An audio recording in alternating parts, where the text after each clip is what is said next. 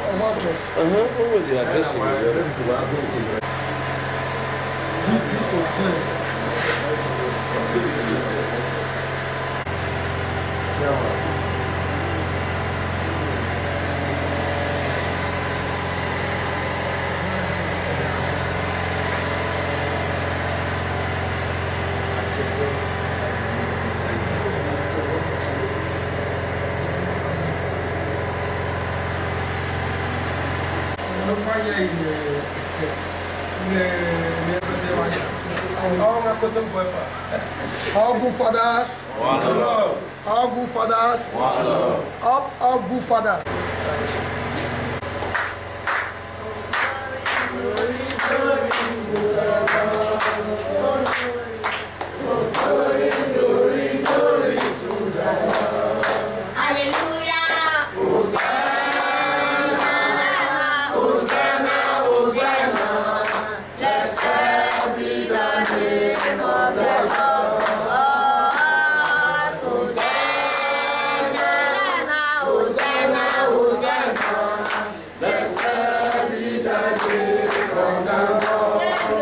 Let's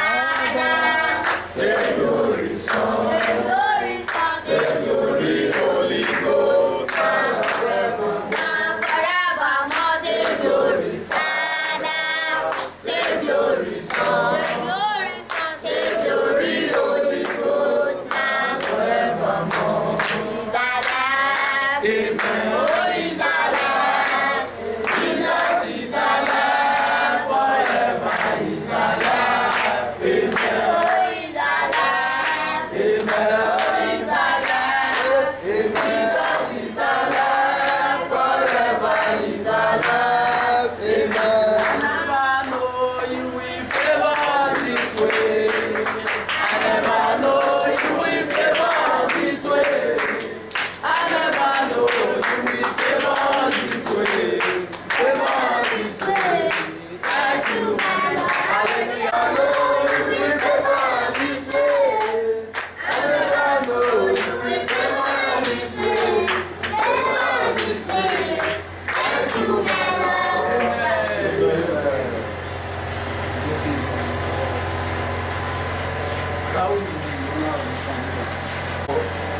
That God will do it for them. We are opening up the mouth and pray.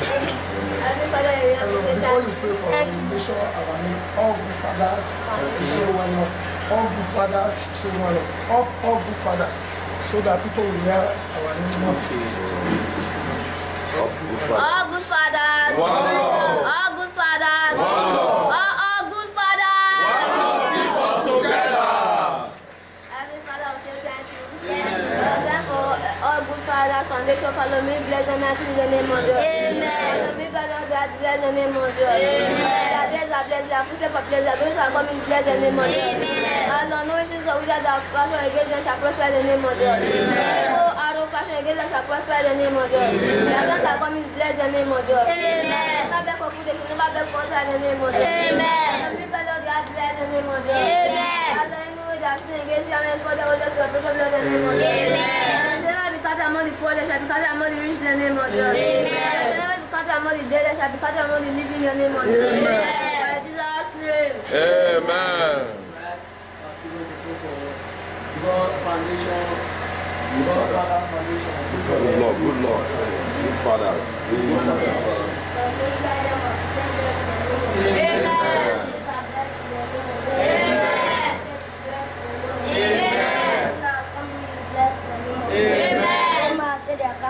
Say they are lifting up their lap. Amen. The food of their neighbor in the name. Amen. Our Father in heaven, we say thank you. Thank you, Lord. Thank you for the foundation of Good fathers. Good Fathers Foundation. Lord, may you provide for them in the name of Jesus. Amen. To support Ajebor Foundation, Lord, may you support them in the name of Jesus. Amen. Windows of blessings for them in the name of Jesus. Amen. Shall be a blessed year for them in the name of Jesus. Amen. Looking for children here, Lord, may you grant them children in the name of Jesus. Amen. Suffer any good things of life in the name of Jesus. Amen. May you provide for them in the name of Jesus. Amen. Come to us today, Lord, their prayers shall be answered today. Amen. Pray for food and not pray for water in the name of Jesus.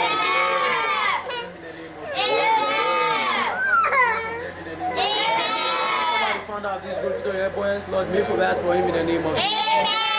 For his heart desires in the name of Jesus. Lord, that was how many deaths in the name of Jesus. Pick up his labor in the name of Jesus.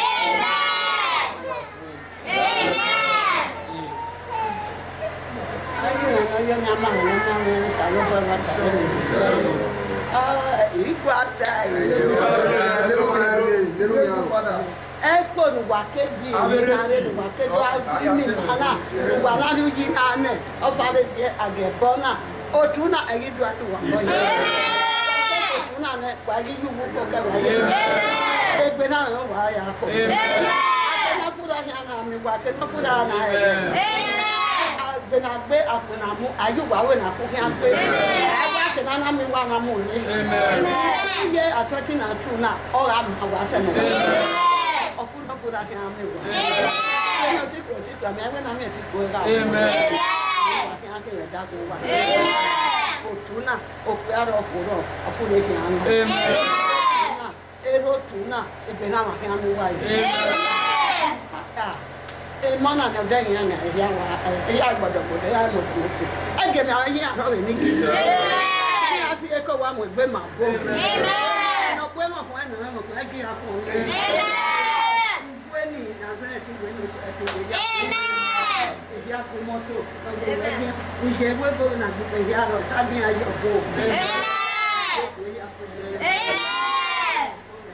Amen.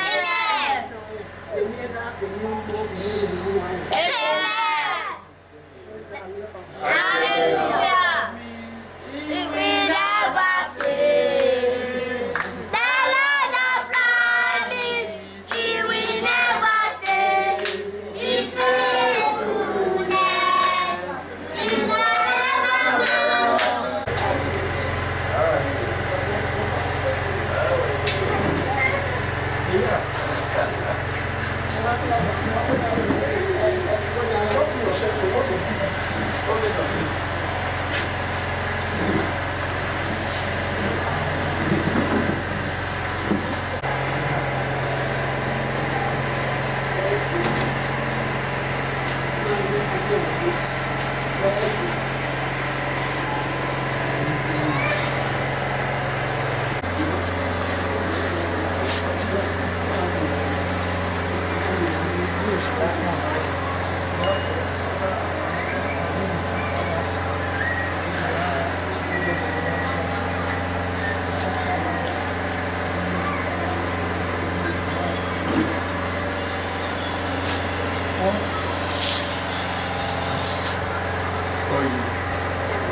All good fathers, all good fathers, up good fathers.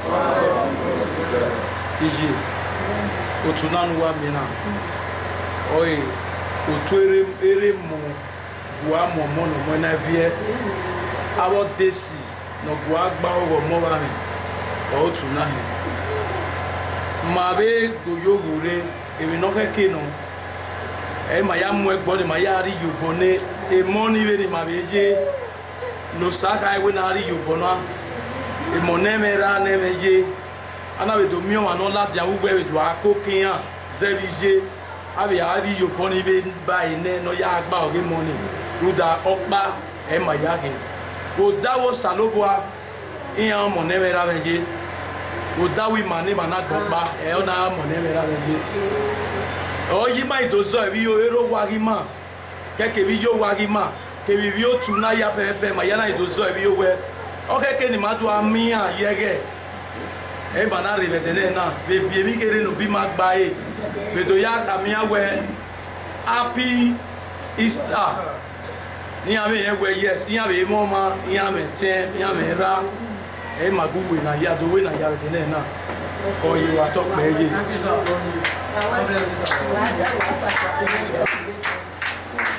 ọ̀sùnlé náà wọ́n ní káàkiri máa ń kí wọ́n mú ìwọ̀n ẹ kú wá káwá sí káwá fún un ìjáde náà wà á kọ́ wí èyí ọ̀fọ̀ pẹ̀lú àgbẹ̀kẹ́ alẹ́ kó lọ sọ àlọ́ ẹ̀rọ tí kú yóò fún ẹ̀ náà bọ̀ ẹ̀ òkú àsúgbọ́ ìdèmọ̀dìá òkú kókó àlọ́gbàgbé ọ̀rọ̀ àsúgbọ́ ìdèmọ̀dìá sàkóso ẹ̀ kpọ̀lù wà náà dìgbò náà ẹ̀ bí omi ìjọ wà èrò wà náà yẹ fẹ́fẹ́fẹ́ kó má wọn kí wọ́n á kó wà lọ́dà sí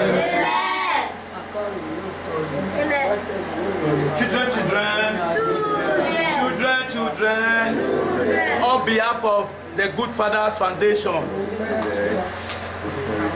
all good fathers, all good fathers, up good fathers. Keep us together. Nijedo yata yedo mahu. Egbo ma awo na mero yi.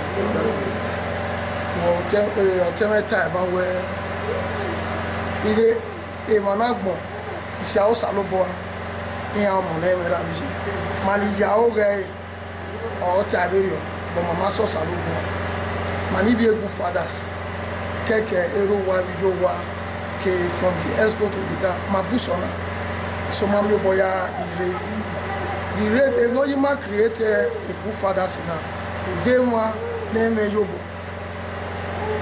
no we kwalo beni maveje beni mave kwalo e ma ve rono we wuni ma ve aune ma na ebe me o sie ma na tie good fathers e mani buma e di name the good fathers on era no ewe mo ave gbomo era no ga yi na odi owa o si bi ai ibi ai ba lo bi yen be lo bi ma je we yo o yi ma e ti usalobo ade gi ma enwa na woki di ma be tunagbo ma be ya wi yo ni ma enu on behalf of good fathers ya fefe kero wa ebi ya negele ma vi ore na wala if you're on Ajebor Orphanage home, you are a son you like the break Salopoa. No be manive fiore ke manave fiore sa ba be fiore ma ye be fiore no my sam ya ke no fo ne o yi man locate o ga Ajebor ade ma we do bunyo boni modire ma awe si all good fathers all good fathers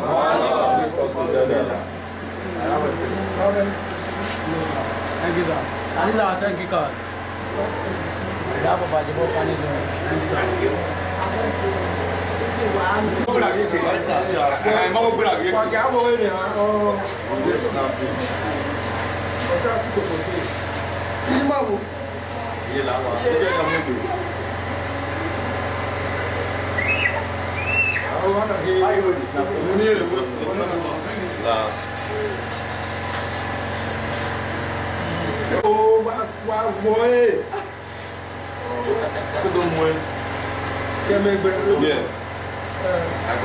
Video man.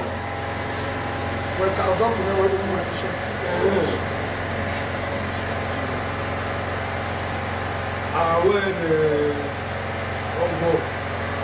Let us go now.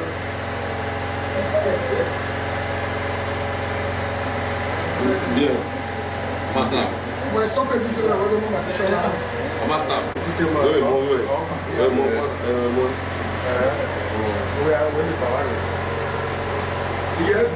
My name is John Osas, Secretary, Good Father Foundation. By the grace of God, Good Father started last year, June. So we are less than a year now. By the grace of God, our main aim and purpose is to try to render help, assistance to those who we know can't afford it.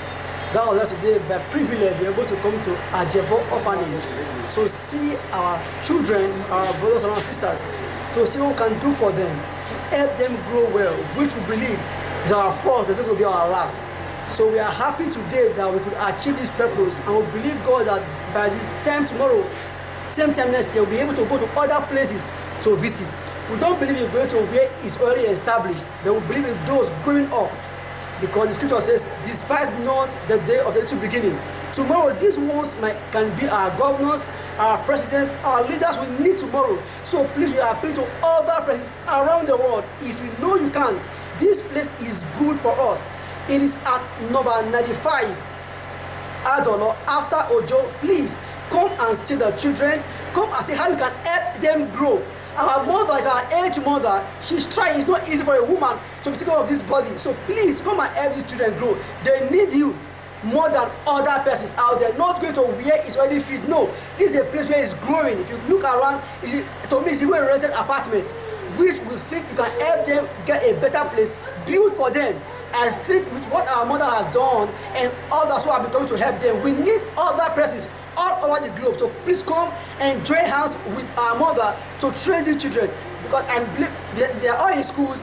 We know the situation of this country, how schools are, and we believe that if you can come and join them financially to help train the children, if your children can eat at home, these children need a better thing from you.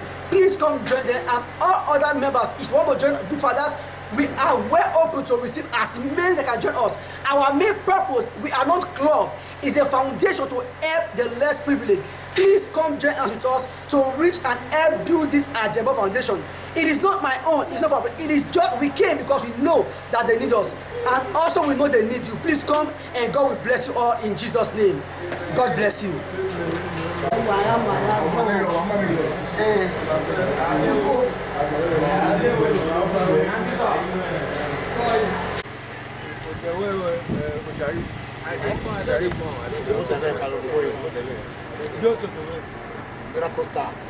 We are proud to be here. So proud.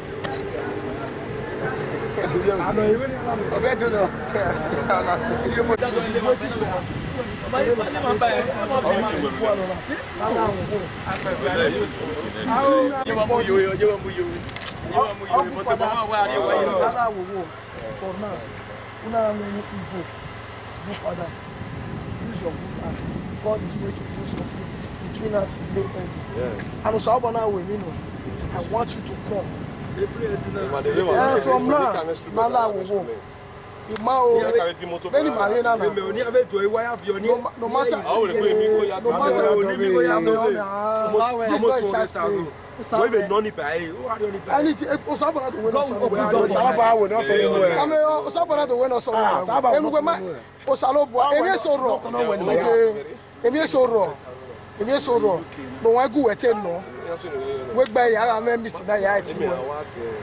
By the grace of God, God is going to do it. You understand it, Nana? When on your banner, who are Jim where you have the water? For someone to bless you, I said to you, hey, you know, God can change your prayer because of the good you were able. That is the reason why I just want everybody to just use good mind. I have the good fathers now. We are going somewhere. Every man, you know, my ear. Oh, you want to tap on Salo Boy? Ikona wa asiye koko. Ya wu yo bonuwa. Manata abero. Origins, orisi. Orisi koko. Orisi koko. E no eke ni mawu mama we, mana agmi na ye bima. Watobuwa babe ye no sunu. But for now, a testimony no really Saloboa our return so that God will do more. Allah will do. Up good fathers, up good fathers. Anyone waya wadomo meno no bana meno usabonye eke na next morning. Eko wakabo somonyeme wokiane ni mahia wedene na. When away owo handa so na iwe okia no anoa almost today. But that's when I okia but okay no sunu ule oije. So I believe at your Salo boy they not be now. We learning the Salo boy here in my way. We concerning this good father, the agenda of our aim of this meeting. Ma sworn, you understand? He we bada sworn. So I ibere, but your Salo boy and the thing I very mavi dreamer. Ne no mutia imayeki mama de emani mutia oge.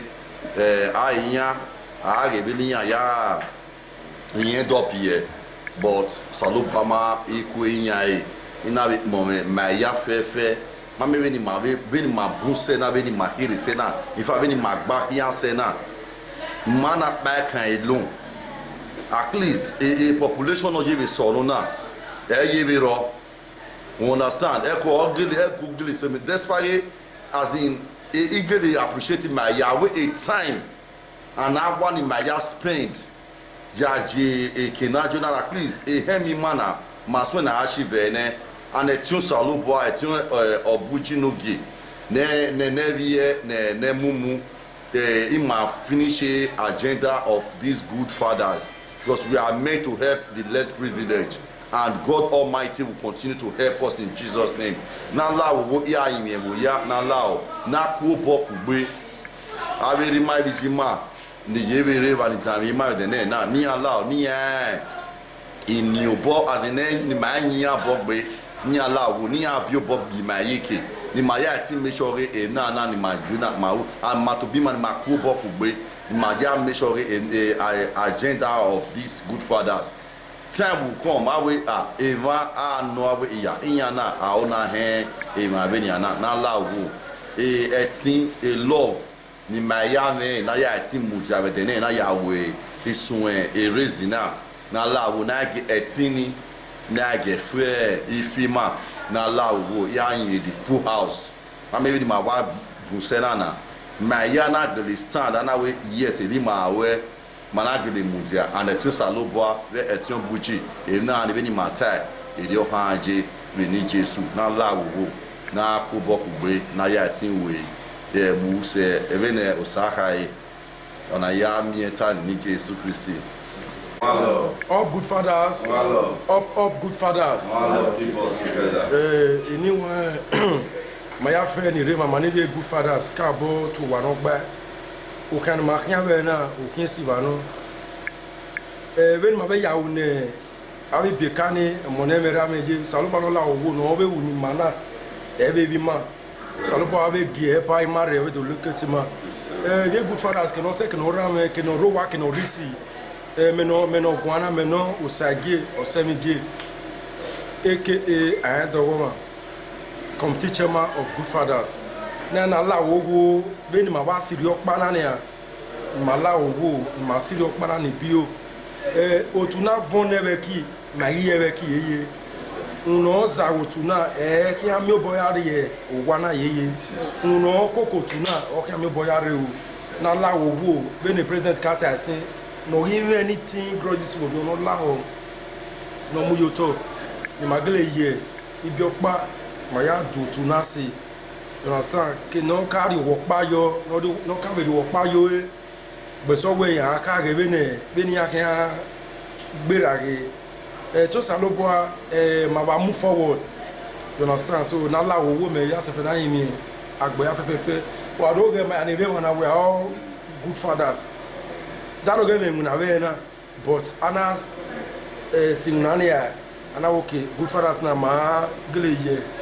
Owe omone mera meje so na la owo eniwa e kino se kino na ni ma la o ma ye ibi opa ya mu e otuna kia eri kia ta se pin all good fathers all good fathers all good fathers boy all the home ban on you tonight be fair me no we have tonight e ko akabo o fe me na wa vo me kate na ipo me shema to boy umu padà ẹ ṣẹ́mà ìpọ̀wọ́n wẹ̀ mọ́wọ́ ẹ̀ tẹ̀lé ọ̀nà tábàlì wọ̀kọ́ bí àdìmọ̀ ìdábọ̀lù tábàwọ̀ ni wà ẹ̀dá kàbọ̀ pẹ̀ wá ó di ewu mẹ́bà àná yíré òtún náà ní kìnìún wá kìnìún fi nínú ọ̀yà tuntun náà ẹ̀kọ́ àkàbọ̀ wà fún mi ètò tí ní àti wọ́n ní àti ìtura kàámẹ́ bẹ́ẹ̀ ṣẹ́mà ọ̀mákúé kàbọ̀ pọ̀ wẹ́ kàkàbọ̀ mọ̀wé ọ́ọ́dì ó mẹ́bà náà rí ẹ̀ tó náà yà fẹ́fẹ́ nínú ògbọ̀n iṣẹ́ máa yà mú tó náà yẹn nùtà bá dí ó bọ̀ náà náà yà mú ẹ̀fọ́ ọmọ dáná ó ní ẹ̀ láì pọ̀ náà ẹ̀yìn bọ̀ yà rí o tó náà ọ̀fọ́nẹ̀ odúgbùdù ọ̀hún rí èyí àwa ni wà tàfẹ́ ní wàyà wà tó mọ̀. All good fathers. Maintenant, Ibrahim nous a dit, n'a pas été boss. Le district officer, okay, is good father. Youth women.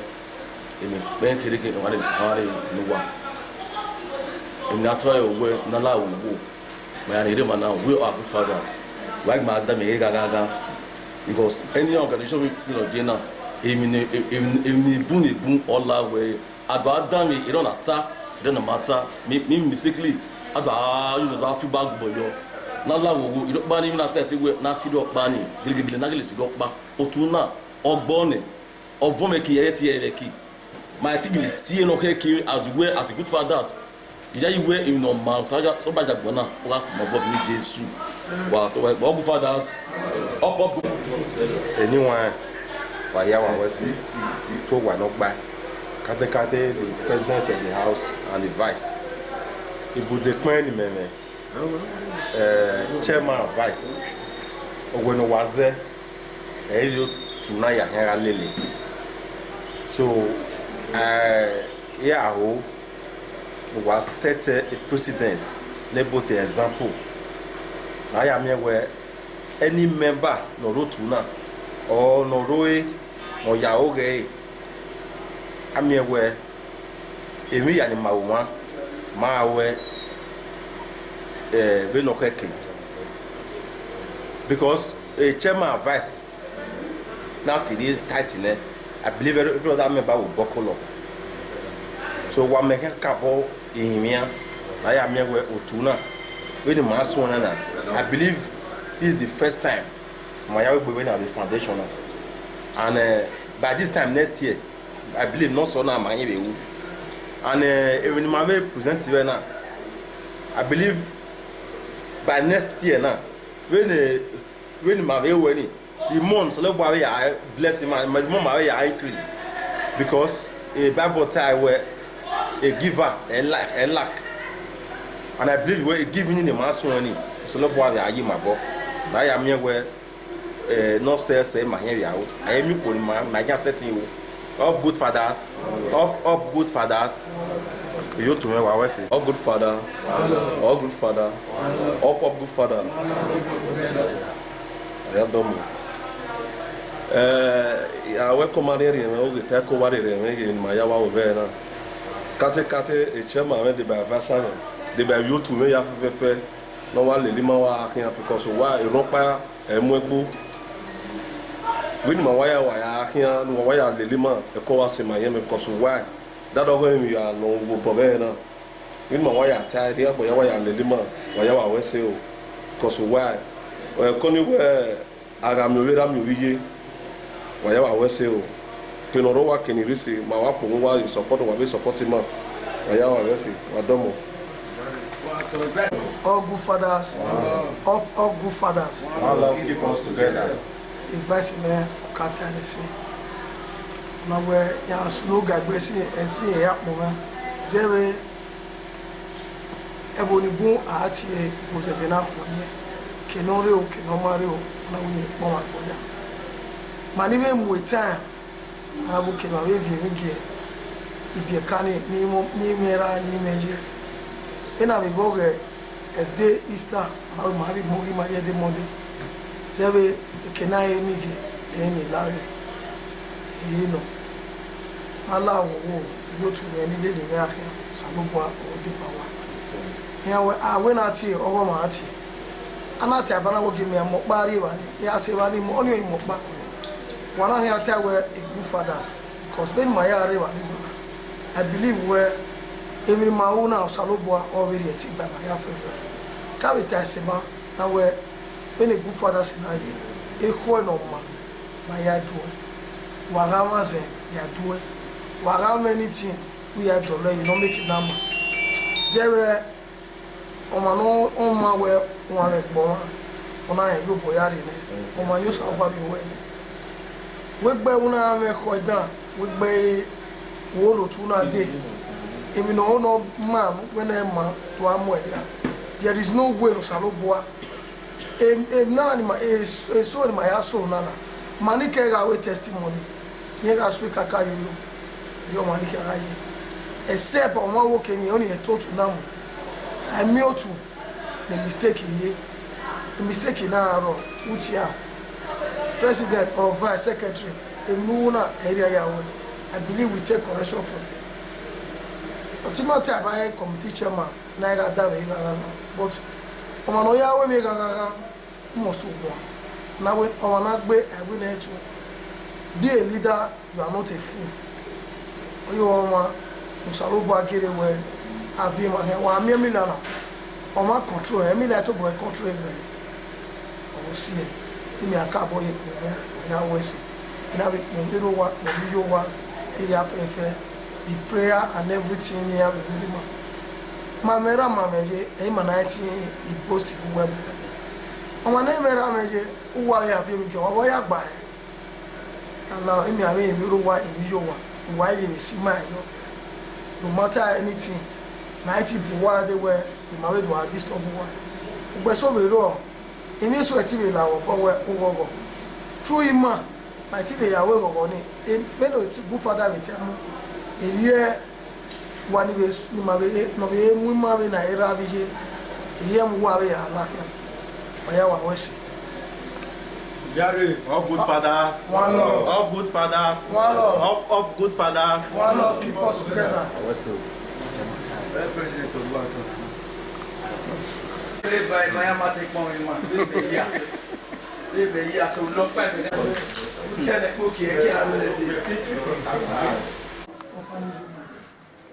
Ngota. Osaloboa uwesi bedenena. Okay. And ina bikmome utuna ege a good fathers. Utuna yigbe kono utuna degbe lanu ero mono gomo ya muno a ero mo no ba gomo seje eyan yahin e ma yahin na mebe mae wa ma be da ibi ma be ri ba e be da we ke we ma be ri ge e monebe ra ye be no Saloboa e direct mai so do e mai ke de na mai urine so my orphanage manave anabe dele ni gbe no bosser on da no bo kase o modon so akmon Saloboa ve ye dagbe money Saloboa no gbe beguyan e ayo pa ono mani keke bi ma ya fe no gba ore mo inogba oge ma eneme rame ye waya wa ma kini kewe boriere keni veriere wa na ya gba ogi biekani ekpo nu wa fi oboji ina ya wu yobo ne moneme rame ye ni ekpo ni yeri dibu von e o ya von yo ena erun eni nanu wa ya fe be ni Jesu Christ no wa ise wa domoni wa menowe kevio no ye sayowo no ke yiko viare mana bawe na mana arie Ajebor Orphanage mana vie good fathers so mana wa ke mawe we izo ave monemera rai monemeji mana izo vio president the vice secretary all the member all the executive mana bawe na mana arie Ajebor Orphanage na ya we na tie izo ne monemera rai nemeji wa bere mawe seba na we digo ya we pomema na we riru nima mani ye yo edowe obopa emuri ruto wa obona even we mana ye be na o get as be o heke na ga we yo boni ne negbe mana izobio na o heke na we ya we boni ne negbe ma verio ma de seba ya be eru no we heke ya we ri nima imani ma nwina ave leru jo ni ma we no timu na kie ni ma no we duaki ave leru ni ya we ni ya duaki yo boss yerunwa ni buni boverio wogonoro kakabo mawa mio so yalema mo president ma oge good father sena o yae vino ya ko muima hia so wa mia iranso ni waro okay kele we ti bowa abowa seka abowa sudo adimoto seka adimoso sudo imoto ari compound opa ohian fiwo nemo wa but izo na o kena we ne pe ma do le ma do ha me ya gbo na la o wa we emiro no he kenu no giver o kenu ma awu yo boni ne gbe wa we se ni wa ere ata se wa we se adomo